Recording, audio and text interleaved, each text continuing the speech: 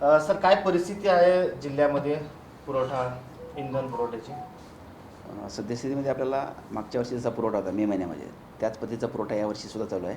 उलट त्यामध्ये आपल्याकडे वाढ झालेली आहे. त्यामध्ये जवळपास फक्त BPCL कंपनी सोडलं तर IPCL आणि HPCL मध्ये जवळपास 23% वाढ झालेली आहे. त्यामुळं मागणी एवढा पुरवठा नाही आहे, पण निश्चितपणे पुरवठा सगळ्या पंपावर होत आहे. कालचा जर बघितलं तर कालचा रिमेनिंग बॅलन्स आपला जवळपास 1900 लिटर पेट्रोल आहे आपल्याकडे, 1900 KL पेट्रोल आणि जवळपास 1200 KL डिझेल आपल्याकडे. म्हणजे आपल्या दररोजची जवळपास विक्री हे 1200 ते 1300 KL डिझेल चालू आहे. पेट्रोल विक्री कमी आहे आपली त्यामुळे पेट्रोल सगळीकडे उपलब्ध आहे. फक्त डिझेलचा थोडंसं काही पंपावर विशेषतः ग्रामीण भागामध्ये जास्त पंपावर साठा कमी येत आहे. 12 KLच्या वर साठा येत नाही आहे. त्यामुळे तिथं गर्दी पण होत आहे आणि उचल पण लवकर होत आहे. त्यामुळे थोड्याशा ठिकाणी पंपसुद्धा दुपारनंतर ड्राय होत आहेत. काही गैरप्रकार जिल्ह्यामध्ये आढळून आलेले आहे, त्या गैरप्रकारासंदर्भात काही कारवाई करण्यात आलेली आहे का? गैरप्रकार म्हणजे साठा किंवा असं काही काळा बाजार असं काही सापडला नाही आहे. काही टेक्निकल बाबी होत्या, काही लोकांनी स्टॉक असताना पंप बंद केला होता, तर त्याच्यामध्ये आम्ही रिपोर्ट तयार करून त्या कंपनीला कारवाई करण्याकरता पाठवलेला आहे. परत लाडगावलासुद्धा काल आमची तक्रार झाली होती की आमच्याकडे वाटप नाही. आम्ही टीम पाठवली, पण तिथं वाटप चालू होतं. रात्री परत पैठणच्या नक्षत्रवाडीमध्ये सुद्धा तशी तक्रार आली होती. साठा जिथं आहे तिथं वाटप करावे असे आम्ही आदेश तिन्ही कंपन्यांना दिलेले आहेत. त्यामुळे जाणीवपूर्वक जर कोणी करत असेल, जसं परवाच्या दिवशी तुळजामाता पेट्रोल पंपावर प्रकार घडला, तर निश्चितपणे त्याच्यावर योग्य ती कारवाई केली जाईल. तर तुम्ही आता एक निर्णय घेतला आहे असं म्हणतात की तलाठी जे आहे तर जाऊन पाहणी करणार आहेत, वॉच ठेवणार आहेत, काय नेमकं प्रकार आहे? नाही, असा निर्णय काही घेतला नाही अजून आम्ही. त्यामध्ये आम्ही बुलढाणा जिल्ह्याने तसे एक आदेश काढलेले आहेत की प्रत्येक पंपावर त्यांनी एक कर्मचारी ठेवलेला आहे. आपल्याकडे जिल्ह्यामध्ये 363 पंप आहेत आणि सर्व पंपावर कर्मचारी देणं आपल्याला शक्य होणार नाही आहे. त्यामुळे जिथं आवश्यकता असेल, जिथं गर्दी असेल, तिथं अडचण असेल किंवा जिथं काही गैरप्रकार होण्याचे संकेत मिळत असतील, त्या ठिकाणी निश्चितपणे आम्ही आमची टीम पाठवू आणि त्याप्रमाणे कारवाई करू. बाकी आम्ही शेतकऱ्यांना दिलासा देण्याच्या हिशोबाने त्यांना RC बुक अवेलेबल करावे का ट्रॅक्टरचं, किंवा त्यांना ॲग्रीस्टॅग फार्मर ID द्यावे का त्यांनी, अशासुद्धा सूचनाचं आम्ही पालन करण्याचा प्रयत्न करतो आहे. माननीय जिल्हाधिकारी महोदयाची चर्चा झाल्यानंतर त्यामध्ये योग्य ते आदेश काढले जातील. सर, वैजापूरच्या एका पंपावर शेतकऱ्यांना 2000 रुपयाचं डिझेल घेतल्यानंतर 450 रुपयाचं ऑइल कंपल्सरी केलं जातं. हां, एक 3-4 दिवसापूर्वी ते प्रकार घडला होता. पण आम्ही निश्चितपणे त्याच्यामध्ये आम्ही आमचा IO पाठवून तिथं त्यांना कारवाई केलेली आहे. त्यांना सांगितलं की कुठली तुम्ही जबरदस्ती करायची नाही आहे. जर तुम्ही डिझेल असेल तर डिझेल द्या, जी मागणी केली ती देत जा. त्यामुळे तो प्रकार बंद झाला आहे, पण एक दिवस त्यांनी केलेला आहे प्रकार हा.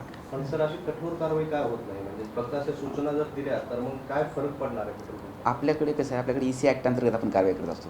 EC ॲक्टमध्ये शक्यतो गैरप्रकार किंवा काळा बाजार किंवा चुकीच्या गोष्टी वापर केला तरच त्याच्या कारवाई होतात. ह्या टेक्निकल बाबी आहेत, त्या कंपनीच्या अंडरखाली असतात. त्यांची जे नॉर्म्स आहेत त्या नॉर्म्सप्रमाणे त्यांनी कारवाई करणे आवश्यक असतात. पण आम्ही निश्चितपणे त्या लाडगाव त्या पेट्रोल पंपाबद्दल, पैठणच्या वैजापूरच्या पेट्रोल पंपाबद्दल पण आम्ही कारवाई केली आहे.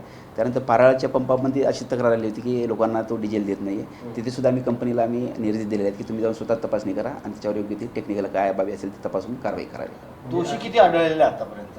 नाही, असे दोषी कोणी आढळले नाही. एक प्रश्न असा आहे सर की जर अशी एखाद्या पेट्रोल पंप चालकाने मनमानी वगैरे केली तर त्याच्यावर कारवाईचे अधिकार तुम्हाला नाही, कंपनी करू शकते. येस. सर, आता ते पारेश्वर, सर ते पारेश्वरचा जो पंप होता, पारेश्वरचा, हां. Pareshwar KS, yes. तर व्हिडिओ पण आला आहे सर. 2000 पेट्रोल डिझेल घ्या आणि 450 ऑइल घ्या. नाही, ते 5-6 दिवसापूर्वीचा पंप आहे तो. हो, आहे ना.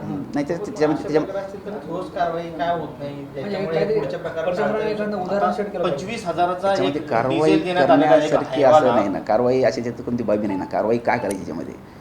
काहीतरी त्याच्यात आढळ पाहिजे ना आमच्या ॲक्टनुसार. सर, गरज नसताना 450 रुपयाचं ऑइल त्यात दिलं. बरं, मग त्याच्यामुळेच आम्ही ते कंपनीला सांगितलं की अशा गोष्टी तुम्ही त्यांना सांगा. तो स्वतः गेला होता, स्वतः सेल्स ऑफिसर गेला होता. वैजापूर तालुक्यातलाच प्रकार आहे. एका पंपावरती व्हिडिओ आहे की त्या ठिकाणी 25,000चा डिझेल एका अवैध वाहतूक करणाऱ्या, वाळू वाहतूक करणाऱ्या हायबामध्ये टाकला जातो आणि शेतकऱ्यांना दिलं जात नाही.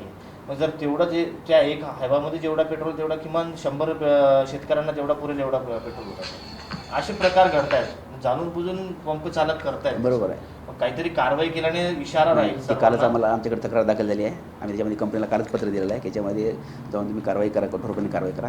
कारण प्रत्येकाला किमान गरजेपूर्व मिळालं पाहिजे. एखाद्याला जास्त देणं हे सुद्धा चुकीचं आहे. त्यामुळे काही पंपचालक मनमानी करत आहेत. निश्चितपणे आम्ही इशारा देणार आहोत त्यांना की जर आज झालं तर आम्ही त्याच्याविरुद्ध योग्य ती कारवाई करू. आणि आम्ही कंपनीला ते सांगितलं की तुम्ही 2-3 पंप बंद करा, तरच ही कारवाई योग्य होईल आणि लोकांवर जरा रोचक राहील. एक अफवा अशी पसरलेली आहे जिल्ह्यामध्ये, काय ग्रामीण भागामध्ये खास करून, की एवढंच तो द्यायचं ठरवलेलं आहे किंवा असं काही तुम्ही नियम घालून दिलाय का किती पेट्रोल कुणाला दिलं पाहिजे, डिझेल नाही दिलं नाही. पाहिजे? आम्ही फक्त एवढं म्हटलं की शेतकऱ्यांना प्रायोरिटीने वाटप करावे, कारण आपल्याला कॅनमध्ये किमान 25 लिटर शेतकऱ्याला द्यायला पाहिजे. आज कुठली निर्बंध आपण घातले नाहीत की किती द्यायचं कोणाला, पण त्याला पुरेसा असा पुरवठा द्यावा अशी आम्ही विनंती केली. झालटा फाटेल एक रुग्णवाहिका होती रात्री आलेली, तुम्ही म्हणताय की इमर्जन्सीला द्या, पण इमर्जन्सीला सुद्धा दिलं जात नाहीये आणि परत पाठवलं जात आहे. त्याची व्हिडिओ देखील आहे. नाही, ते झालटा फाटाचं मी चौकशी केली, त्याच्यामध्ये त्यांचं नोझल बंद झालं होतं. ते कंपनी सेन्सरनं नोझल बंद करत असते, त्यामुळे जरी साठा असला तरी ते सबमर्शिबल पंपाच्या खाली त्यांना साठा घालता येत नाही, कारण किमान 2000 लिटरचा साठा स्टॉक त्यांच्याकडे असतो, त्याच्यामुळे तो त्याला देता आला नाही. पण बाकीच्या पंपावर व्यवस्था करून त्यांना देण्यात आलेलं आहे. काय आवाहन कराल जिल्ह्यातल्या सर्व शेतकऱ्यांना आणि पेट्रोल पंप चालकांना काय इशारा द्याल? नाही, पेट्रोल पंप चालकांचे आम्ही एक जाहीर कडक आम्ही आव्हान असं करतो आहे की तुम्ही जाणीवपूर्वक कुठल्याही शेतकऱ्यांना किंवा इतर ग्राहकांना त्रास देऊ नये, त्यांच्या आवश्यकतेप्रमाणे त्यांना पुरवठा करावा. आपल्याकडे स्टॉक असताना जर तुम्ही जाणीवपूर्वक जर केला, जरी ते EC ॲक्टात जर येत नसेल तरी आम्ही तुमच्याविरुद्ध कठोर कारवाई करण्याकरता आम्ही सर्व सेल्स ऑफिसरला निर्देश दिलेले आहेत आणि किंबहुना आम्ही सुद्धा आमच्या टीम त्यामध्ये पाठवत आहोत.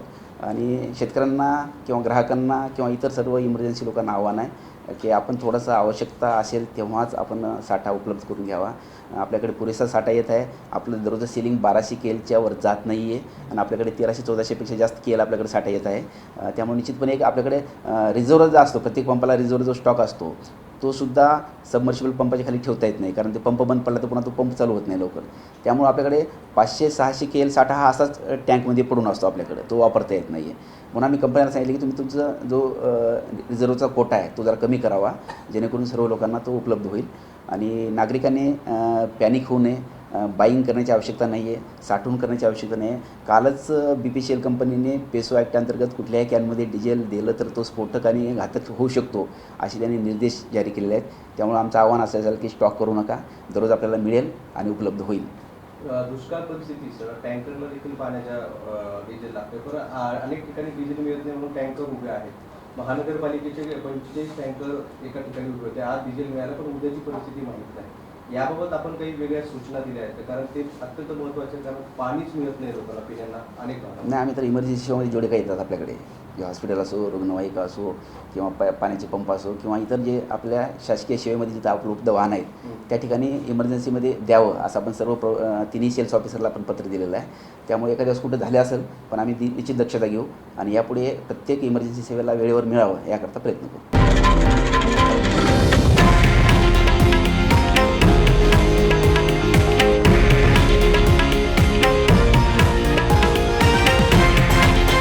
हे आहे देशातील नंबर 1 न्यूज नेटवर्क आणि आपण पाहत आहात TV9 मराठी, एकमेव.